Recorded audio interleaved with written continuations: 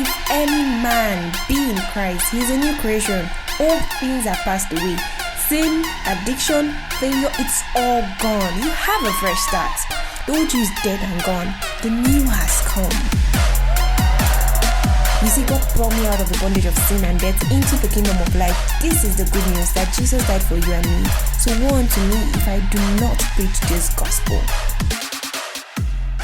Hey everyone, you're welcome to today's episode of Salvation Talk with Anne. Today I'm super excited. We have a special guest in our midst by the name Dipo Olatunji Latif. Yeah, Latif, because Dipo is a Muslim convert, so today's story is going to be interesting. Dipo works as a financial analyst in one of the biggest firms in this country. So today we're just going to listen to him as he takes us through his journey to salvation. Welcome, Dipo. Thank you, Pastor Ann, for giving me this opportunity to share my story and probably impact lives as much as possible. Thank you. It's an honor, really, to have you on today's podcast. Thank you for accepting to do this with me. So just briefly give us an overview of your life before Christ, especially your upbringing, since we know that you were raised in a Muslim family. So just tell us about that. Tell us about where you're coming from. Thank you for this question. I had to write down my story. When you told me that I had to come up for your podcast, I was like, I cannot come here without being prepared. So yesterday morning, I had to sit down my jotter and write down my story from the beginning and how I moved from one phase to another phase and to another phase. First, I will start by saying that my full name is Olatunji Latif Oladipo. Latif happens to be my first name, and it was given to me by my grandfather. That's my father's father. May his soul rest in perfect peace. My first and original birth certificate was written in Arabic. Wow. Yes, when I applied for the first internship, and I asked for my birth certificate and they gave it to me, I was like, we have to translate this. Nobody would understand what is written here. So we had to do the translation so it can reflect the modern needs of what I need to apply for. Yeah, my journey on the path of salvation started exactly a decade ago. Wow. That's 2010. So this time, 2010, I was not actually saved yet. So it's a 10-year journey. So my encounter with Jesus was through his son. Wow. And that's Pastor E. Adiboye at their monthly program at the Redeem Camp. But before I go there, I would like to talk and take you back to my growing up. So in the early part of my years, that's between the age of 2 and 10, I lived with my grandparents. That's on my mother's side. Some issue came up, so I had to go live with my grandparents. Okay. My grandmother was the Muslim of the house. Then she was a very devoted Muslim. She did not joke with her prayers. She used to sell alcohol then. She had this big bar in Oshodi. So wow, most of all those allergies will come after their prayers to come and drink beer. So that's just by the way. So she had 2 sons who were also devoted Muslims. So the first one is not alive again today. His soul rest in perfect peace. But the second son is an allergy that went to Mecca to get his golden teeth. At least that's what I know they got there. Okay. So my grandfather, however, was neither a Muslim nor Christian. I never recalled him going to mosque. I never recalled him praying with Jesus' name. I never saw him have a mass in his house where he prayed. He was just there. It was a mystery to me because I could not attach him to either Muslim nor Christian. The funny thing is, whenever this Jehovah's Witness guy came around, he would listen to them, he would attend to them because he likes talking to people. Whenever the Afars also came around, he would sit them down, talk to them. So he had no affiliation with any movement at all. He was just a free thinker. So the sad part is that he's no more today. I would have loved to sit down with him to ask him what made him into who he was. So however, the remaining daughters of my grandmother happen to be what I would call the sneak out Christians. At night or when my grandmother is very busy with her bar duties, they will just sneak out to a fellowship to go worship. I don't know what fellowship they go to, but I was always eager to follow them, but I was not able to because I had to be the person watching out and taking cover for them in case my grandma found out that they went to church, because apparently she was going to kill them. but she was very particular about nobody going to church. Even when they come around to preach Christ, she just chased them out like with her broom and chased them away, that she doesn't want to hear anything from them. Apparently, she tagged them as beggars Yeah. because when they preach to her, she will believe they are waiting to collect what she called offering every time they come to preach to her. So that was it for her. So then I was not opportune to know how a church program goes. I was not able to see what they do from the beginning till the end. I just hear sounds from where I am. I'm at home. I don't know what's going on. Sometimes I'll hear this eye sound. Probably they are praising or so, which is what I understand now. Sometimes I'll hear just one man speaking for a lot of minutes. I just did not know what Christianity was. So fast forward now to where I wanted more. Now we had one popular market in Oshodi. We call it the night market. Night market because immediately it is 6 p.m. Every vendor will come out, everybody will converge to buy whatever they want to buy. So there is this fellowship that comes to show this movie, The Passion of Christ. Because the speaker was so loud, I could hear someone being beaten and someone crying for mercy from afar. I was always moved with compassion, but I was not fully aware of what was going on. All I know is there are screams everywhere. A man is beaten, a man is being nailed to the cross. I could hear his scream till today when he's being nailed to the cross. But I was not able to see for myself. The day I tried to, my grandpa caught me and he almost beat the hell out of me. And he said, and I quote, that if I dare leave this house for that purpose again, that he was going to kill me. Wow. That was what he said. Wow. Then I got confused because I knew he was not a Muslim.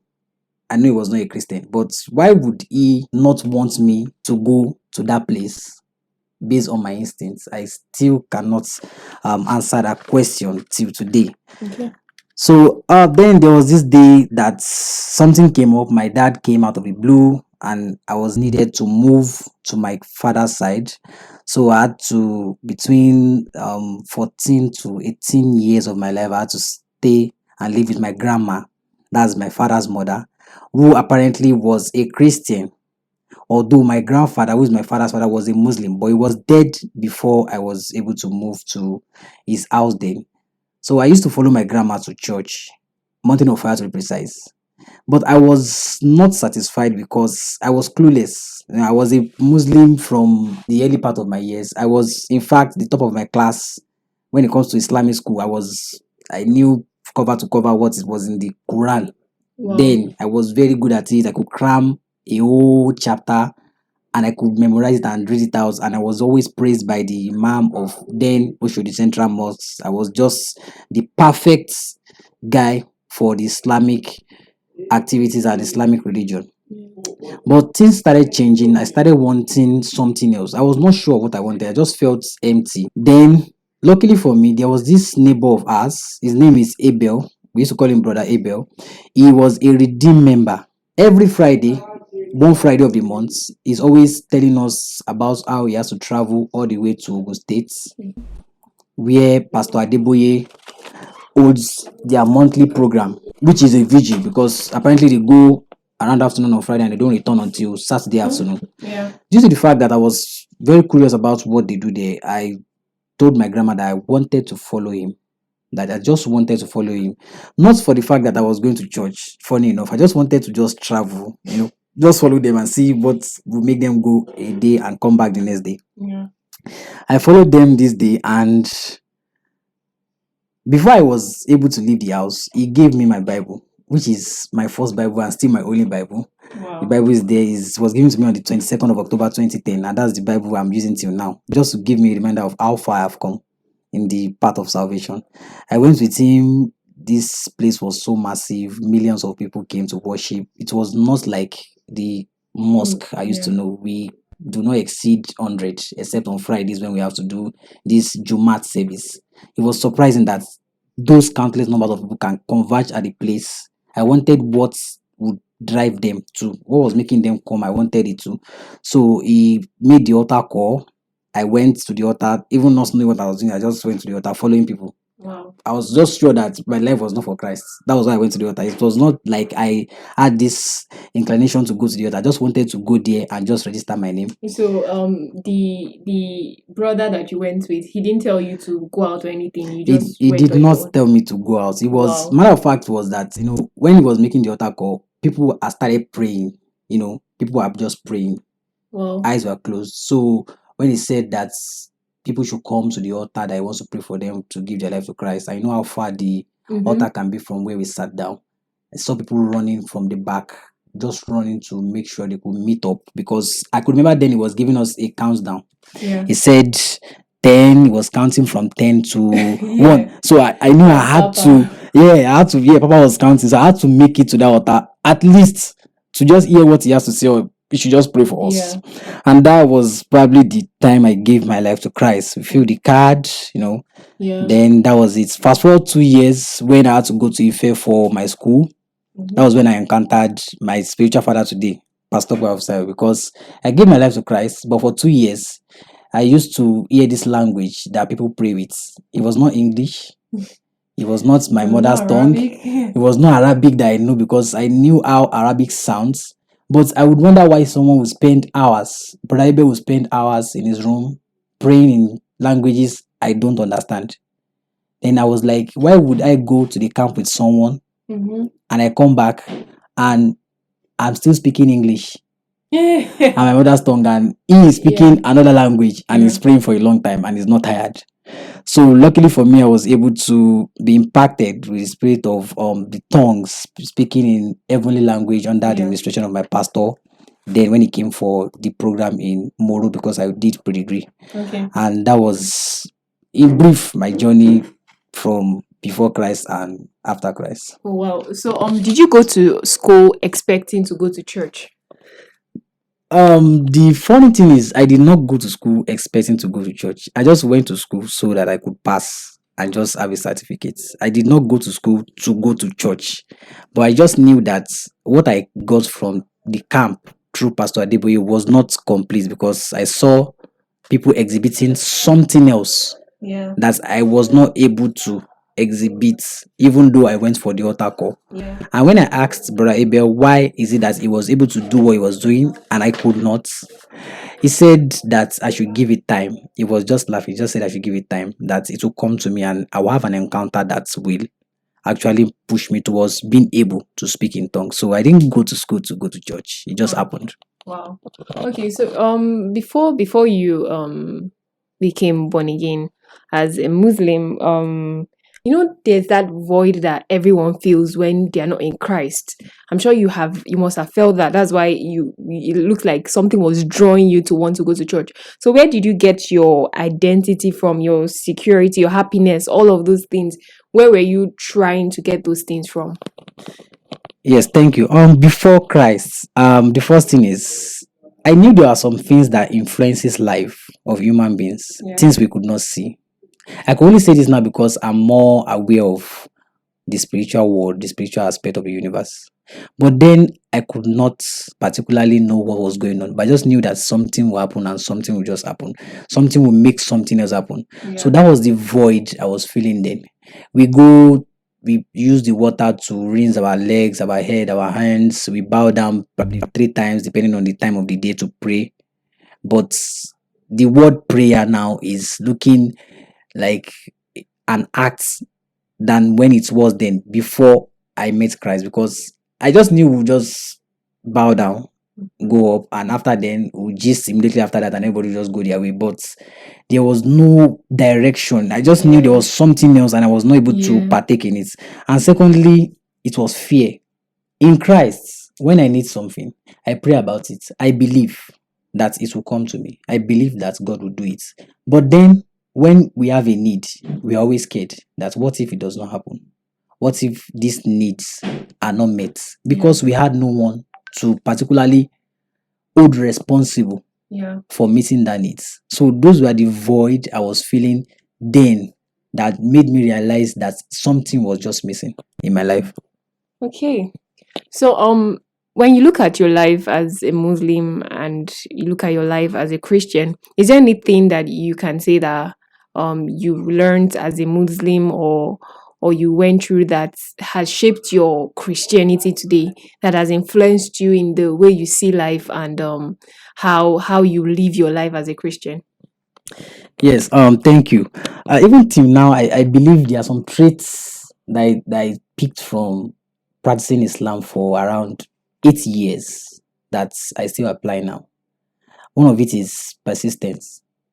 You know, sometimes my pastor will call for prayer and people will just get tired after 1 hour. But because of the hunger, I had missed a lot of years in my Yeah, life. Matter of yeah. fact, 14 years, the first 14 years of my life, I didn't know what Christianity was. So most times, although my perspective has changed, most times I see those that were given birth to in Christian homes as privileged kids, spoiled kids, like is Yeah, what they were born into. So yeah. we had to They did not work. value Yes, we had to Christianity. most times it's always like a war trying to be able to do it as if it's like a force, Yeah. but over time through the teachings of my pastor I've been able to understand that it comes naturally, just to allow the flow of the spirit and everything will just fall in line. Okay, so tell us about how Jesus Christ transformed your life. Were there things you used to were there things you used to do before that you stopped doing? Were there character traits that you had to drop? And just the whole process of getting to know God. Thank you. For the character traits, the one I can give an example to that would make sense is uncontrollable anger. I know I used to be, or I still am very choleric. So before Christ, when I'm not happy about something, I go all the way out to ensure that everybody is aware that I'm not happy with it. I was told that at the age of 4, I was not happy. I couldn't remember what happened. That I went on an hunger strike for the whole day. My mom thought, oh, it's going to break. He's going to come to me and ask for food. And she was scared. She started begging me to eat around 8 p.m. in the night. Someone that had not eaten since yesterday because I was hungry. you know but now in Christ, it started making sense that instead of diverting this anger at human being, why not just go to the place of prayer and Yeah. pray it out of your system? So the first 2-3 months of my prayer life as a Christian, I was praying out those things that I knew would be an hindrance to me having access to what a true Christian should be. Anger, not being able to accommodate people or tolerate people, Yeah. one of the fruit of the spirit, being living with people, joy, love, those things were not there. I was kind, but I did not have compassion for human being. Yeah. I could not easily forgive someone. Then the story of Christ, how he was betrayed, and he still could forgive Peter for denying him 3 times. I mean, before now, I cannot forgive someone for denying me, not even one time. Half is enough for me to just let's go. But among other examples, is just someone that is an example we look up to. That if someone can forgive someone that was very close to him, that was probably one of his best apostles then, and just move on as if it did not happen. I mean, what am I as a human being not to just follow what Christ is? So those are the traits which Christ's life was able to help me blush out, and I think I'm better as a human being today. Oh wow. Okay. So usually what I want to ask now is, what is that thing that like sealed the deal in your relationship or your decision to come to Christ? Because basically there are some people that, okay, they were brought up in Christian homes, and then they have a specific encounter with God, and then they decide for themselves that they want to come to Christ. Even when you came to redemption camp, and then you went out for altar call, you didn't even understand what was happening. But did you have any specific encounter with God that basically made you know that okay, I'm down with this. I'm going to do this thing called following Jesus. Yes, like I said, it was not until after 2 years I was able to fall under the power of the Holy Spirit to start speaking in tongues. Yeah. There was this program, I could still remember the scene. There was this very tall man. He was on white suits, was all white. His tie was white, his shirt was white, his trouser was white. Though I could not remember what shoe he was putting on then. But at that program, there was what we call now the spirit flow. He asked people to come out to give their life to Christ. I was reluctant because I was like, I mean, an elderly man that was having 3 million people coming to his program told me to come out. Why would I come out for this kind of setting? But I don't know. Till today, I could not explain whether it was an human being that pushed me further or just something happened. I just moved a bit further. Then I saw myself looking at the altar, thinking he was looking at me at that moment. So at that point, I had to just go out because I thought he was looking at me, not knowing that he wasn't even paying attention to me. But it was just this drive to go out. I went, then he prayed for us. So I was thinking, oh, we are done. They should just give us our card to fill, and probably they will send message. But he started praying, and I couldn't remember this experience because I literally passed out. For minutes I could not remember what happened from between when I went to the altar and after. I just saw myself waking up and talking now, what I would call speaking in tongues. But after then, I was literally laughing at myself going back home. That I could not remember all the things I said, but I knew I said something That's hangover. for minutes. I knew I said something for minutes, but I was trying to remember all the things I said so I can repeat it. It was like, okay, I've been able to do this thing that Brother was doing for hours. Although mine was for minutes. Let me just try to remember everything I said so I can be saying it and repeating it at least until more comes. But I could not remember. But I knew I spoke a lot of things, not English. I was very sure of that. But till today, I cannot specifically remember the things I said. So that was the experience. That was the change for me, that I did not have this kind of experience practicing the Islamic religion. I did not, I don't think spirit flow, it never happened. It was a routine stuff. We come, we bow down, someone preaches for a few minutes, and we go back home. There was like I say, the unseen forces of human living happened when I had the encounter with Jesus through the ministration of my God or my pastor.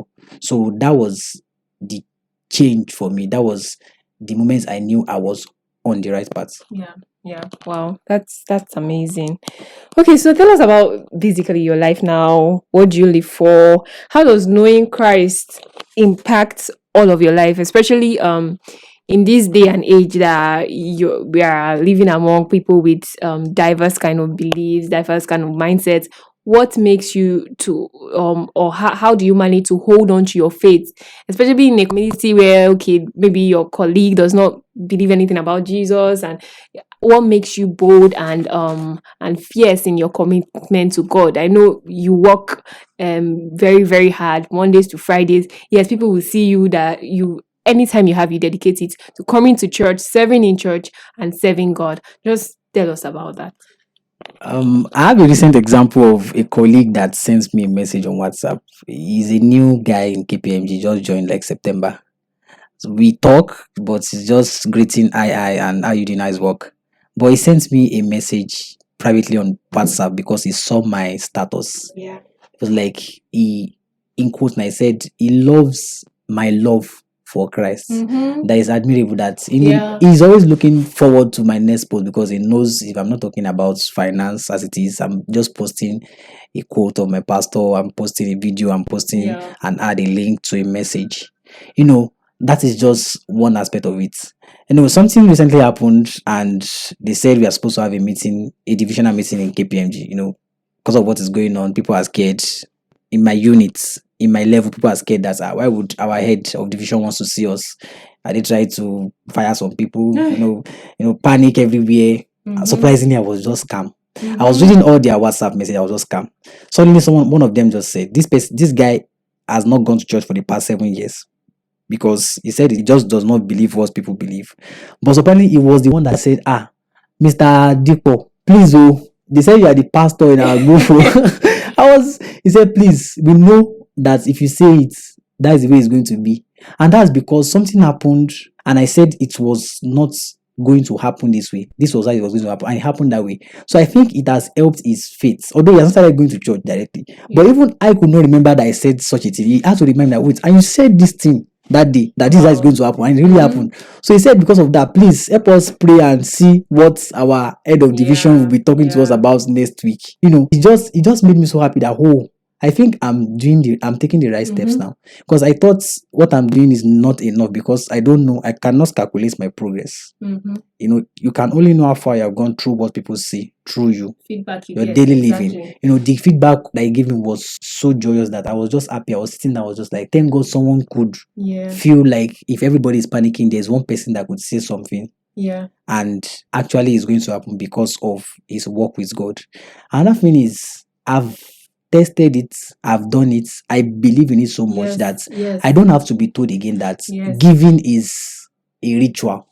There was a time when a lot of people were speaking against giving, and it was so funny that I was surprised that, okay, even in Christianity, there could be division. So people started saying giving is this, you give too much, you are enriching some people. But I could tell you for a fact that I did not start as a Christian. Yeah. I was not told directly to give, but I was able to read a part of the Bible of someone that gave something to get more, and that was Solomon. And I tried it. I prayed on my money, because what we do in Islamic religion is that we fold the money in our hands and we say some quiet prayer into it and give it to someone. Although that was what I did, but in the consciousness of the fact that I just wanted to see if this thing I'm giving out will come back to me. It might not come back to me in form of money, but it will come back to me in form of a bigger opportunity. And I've tried it over the years, countless number of times, and I can tell you for a fact that giving is actually one of the things that makes a true Christian, which is what I learned and which is what I live by daily. And also your lifestyle. You cannot be something by saying it and not being it. Your lifestyle has to show what you are. When people are saying there is a casting down, you are saying there's a lifting up. And that is exactly what happened with the situation of my work. When everybody was saying, oh, I hope they will not cut our salary, I hope they will not lay off some low level workers, I hope they will not come and tell us there's no more bonus, I hope they will not this. But I was quiet, and someone was able to say, if Dipo should say this is how it's going to go, this is how it's going to go. So it has been a remarkable thing for me, looking at how I've come, or how far I've come. And we have. Wow. That's just amazing. That's really, really amazing. Basically, I tell people a lot that our life does 99% of the preaching of the gospel. The way we live our lives, it preaches the gospel for other people to admire, and other people to say that they want to come to Christ. If you look at your story now, bro, Abel played a key role in your salvation because of how he lived his life as a Christian. Imagine if brother Abel was a Christian that was hiding to go to church, or would not want other people, or was ashamed so that other people will not know that he's going to church, or will be whispering in his room so his neighbors will not know that he speaks in tongues. Do you understand? So if he did not go through that phase, maybe he wouldn't have been able to impact you that way. I just want to say thank you so much, Dipo. Thank you. I really, really enjoyed the story. I believe that is powerful, and I believe that someone can listen to this and have an encounter with God. So thank you once again for coming. Thank you for having me. Thank you. Yes, I appreciate you. God bless you. So we've come to the end of today's podcast. Thank you so much for listening. If you have any comments, any questions, any inquiries, you can send me an email at saltwithann@gmail.com, and you can also follow me on Instagram at anointed. That is Ann with an E.ointed. And then you can also follow our guests, Dipo at Dipo the Wolf. Yes, Dipo the Wolf. Yep. So we'll see you on the next episode. I'm really getting the hang of this podcast thing, and I think we're having so much fun listening to stories and being blessed by them. So see you next time. Bye bye.